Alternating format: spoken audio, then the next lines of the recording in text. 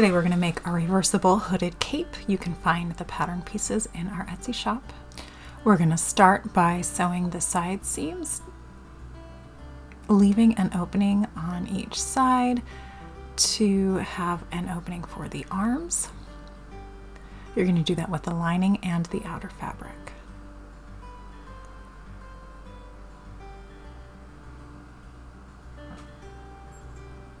Once you have each side sewn, you can go ahead and press them right side out.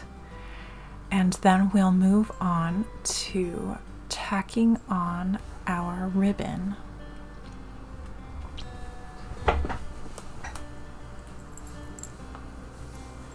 You're just going to tack one end of a ribbon on each of those top corners. Once that's done, we can go ahead and sew the seam on each hood piece. You want to trim down those seams, turn one right side out and fit it inside the other, and sew around the outside of the hood. You'll press that flat. Then you'll be ready to baste the hood onto the outside piece of your cape. You'll just match the center of the hood with the center of the cape.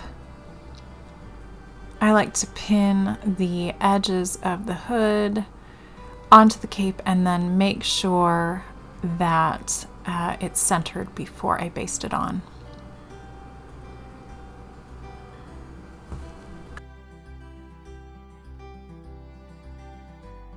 Time to sew your lining to the outside of your cape. You're gonna want to make sure that those ribbon ties are tucked inside so you don't catch them in your seam. I like to use these double pins to make sure that the seams on top of my cape line up really well. And then I also pin at each corner of the cape. First, I sew along the top of the cape just to make sure that I get that hood in right. Sometimes you don't catch it all, and if you just sew the top, then you can check and make sure the hood looks okay.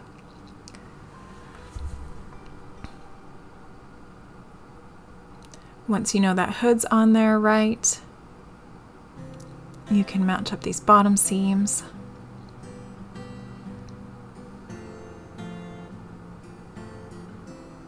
And again, the corners. And you'll sew all the way around, leaving an opening on the bottom of the center for turning.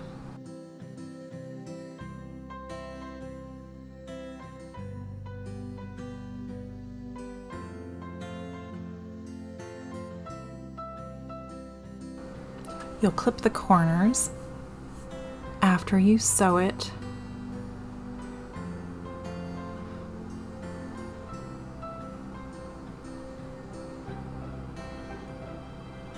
And then you'll turn it. I like to use these hemostats to turn it, but you could also just do it with your fingers.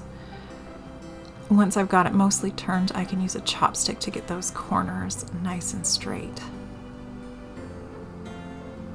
They should come to nice little points because we clipped those corners before we turned it. Once you have everything poked out, you can press it. You want to make sure that the opening is pressed folded up. I like to wear one of these hot glue finger guards on my finger as I press little pieces, just because it's really easy to get your finger on the iron while you're doing this. Now it's time to sew these arm openings. If some of your seam allowance is poking out, you can go ahead and trim it like I just did before you get started. And then you're just gonna poke your finger through there to separate the layers, and you're gonna go around that circle with a ladder stitch.